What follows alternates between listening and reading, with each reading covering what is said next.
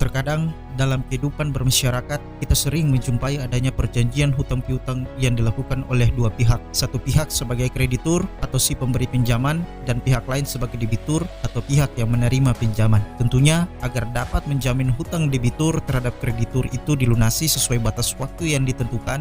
Biasanya dalam perjanjian pinjam meminjam itu harus ada objek berupa benda yang dijadikan jaminan pelunasan hutang bila sewaktu-waktu debitur cedera janji. Objek yang dijadikan jaminan hutang bisa bermacam-macam bendanya. Misalnya benda bergerak seperti kendaraan bermotor berikut surat-suratnya, atau benda tidak bergerak seperti sertifikat hak milik atas tanah yang nilainya bisa ratusan hingga miliaran rupiah. Di dalam realitas kehidupan masyarakat, praktik perjanjian semacam ini dilakukan melalui dua cara. Cara yang pertama adalah melalui perjanjian pemberian hak tanggungan melalui pejabat pembuat akta tanah atau notaris, dan perjanjian di bawah tangan yang hanya dilakukan oleh kedua belah pihak tanpa melibatkan pejabat pembuat akta tanah yang berwenang. Untuk perjanjian yang kedua inilah yang paling banyak dipraktikkan di kalangan masyarakat. Anda pasti akan bertanya, apakah perjanjian hutang piutang dengan jaminan sertifikat hak milik yang dilakukan secara di bawah tangan sah secara hukum, dan apa saja risiko hukumnya jika perjanjian hutang piutang dilakukan secara di bawah tangan?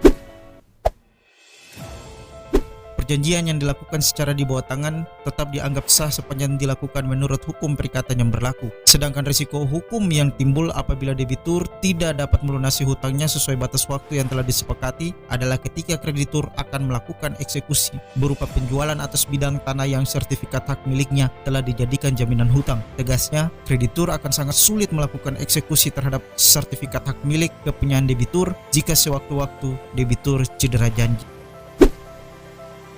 Sebagai contoh, seorang bernama Gunawan melakukan perjanjian hutang piutang secara di bawah tangan dengan Irwan. Irwan meminjamkan uang kepada Gunawan sebesar 300 juta rupiah dan menjaminkan tanah sawahnya yang telah bersertifikat sebagai jaminan hutang. Ternyata pada batas waktu yang telah ditentukan, Gunawan tidak mampu membayar hutang-hutangnya kepada Irwan, dan akhirnya Irwan ingin menjual sertifikat tanahnya itu untuk melunasi hutang-hutangnya. Dalam contoh kasus di atas, Irwan tidak dapat dibenarkan dengan serta-merta menjual bidang tanah milik Gunawan ketika Gunawan cedera janji, meskipun kesepakatan menjual bidang tanah milik Gunawan telah dituangkan dalam isi perjanjian hutang piutang yang dilakukan secara di bawah tangan tersebut. Mengapa bisa demikian, dan apa jalan seharusnya ditempuh oleh Irwan untuk menjual bidang tanah dimaksud?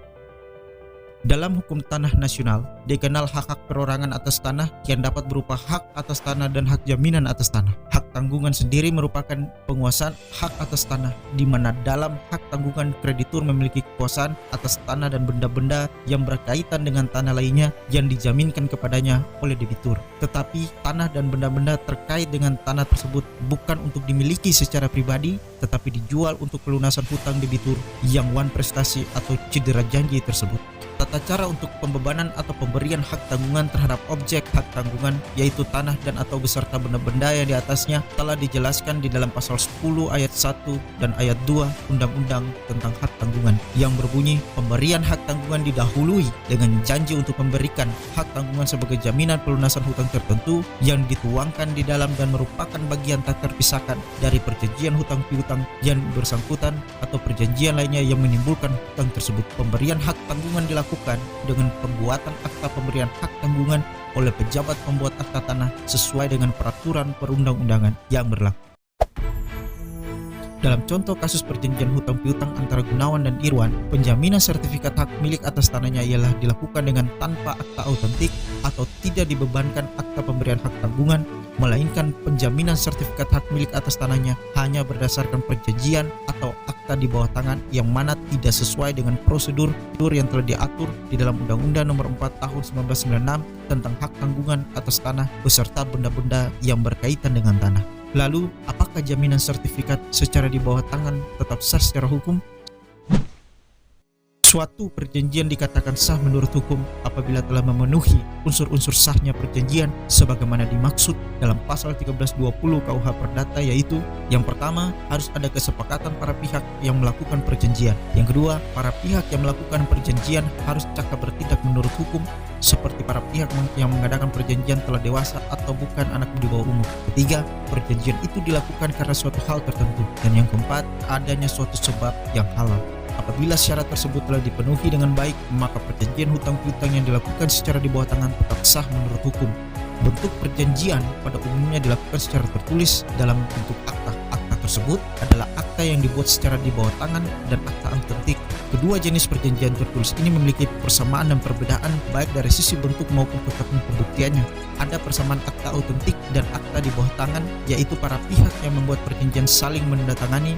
Namun, perbedaan akta autentik dan akta di bawah tangan memang lebih banyak karena bentuk akta autentik memiliki bentuk atau format baku, sedangkan akta di bawah tangan tentu saja tidak. Pejabat yang membuat akta autentik tentunya memiliki kewenangan untuk membentuk perjanjian hukum sehingga kekuatan pembuktiannya menjadi sempurna. Sementara akta di bawah tangan memang memerlukan saksi untuk memperkuat pembuktian jika suatu hari nanti ada masalah yang menyalahi hukum perjanjian atau salah satu pihak ingkar janji. Jika sewaktu-waktu salah satu pihak dalam perjanjian ingkar janji, maka akta di bawah tangan tetap bisa menjadi alat bukti, namun kekuatan pembuktiannya lemah dan belum sempurna kecuali akta bawah tangan tersebut diakui kebenarannya oleh pihak lawan. Oleh karenanya, jika merujuk pada contoh kasus perjanjian hutang piutang Gunawan dan Irwan, menurut kami dalam hal keabsahan penjaminan hak milik atas tanah tersebut, apabila dilakukan dengan akta di bawah tangan, keabsahannya kurang mengikat dan kuat pembuktiannya. Oleh karenanya, kelemahan pembuktian dan memberikan jaminan kepastian hukum itulah, maka dalam konteks jaminan hak atas tanah, para pembuat undang-undang kita lebih menghendaki agar supaya jaminan atas tanah haruslah dilakukan dengan akta autentik berupa akta pemberian hak tanggungan sebagaimana diatur dalam undang-undang tentang hak tanggungan. Namun, perlu diketahui bahwa apabila penjaminan hak milik atas tanah tersebut dilakukan tanpa melalui prosedur hak tanggungan, maka penjaminannya masuk ke dalam kategori jaminan umum. Menurut pasal 1131 Yungto, pasal 1132 Kitab Undang-Undang Hukum Perdata, jaminan secara umum merupakan jaminan yang diberikan bagi kepentingan semua kreditur dan menyangkut semua harta kekayaan debitur dan sebagainya.